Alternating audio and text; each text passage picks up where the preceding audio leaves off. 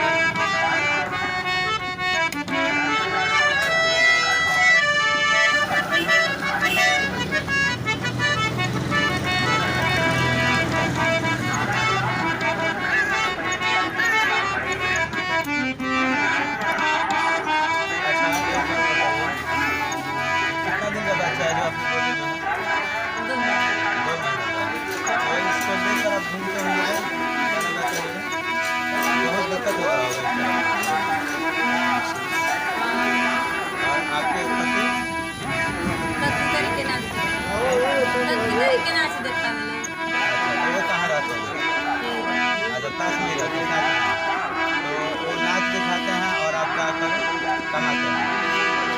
चलिए आइए, अभी आप देख रहे थे दिखा रहे थे किस तरह से एक महिला गाना गा रही थी अपना पेट पैसा करने के लिए, पेट भरने के लिए। जिनके पति थे जो बता रही थी कि वो कुछ तस्वीर के नाच करते हैं। तो आइए बने रहिए वीडियो में, इस तरह के वीडियो हम आपको दिखाते रहेंगे। और चैनल बनाया है तो चैनल को सब्सक्राइब करेंगे, लाइक करेंगे, कमेंट जरूर करेंगे और अच्छा लगे तो शेयर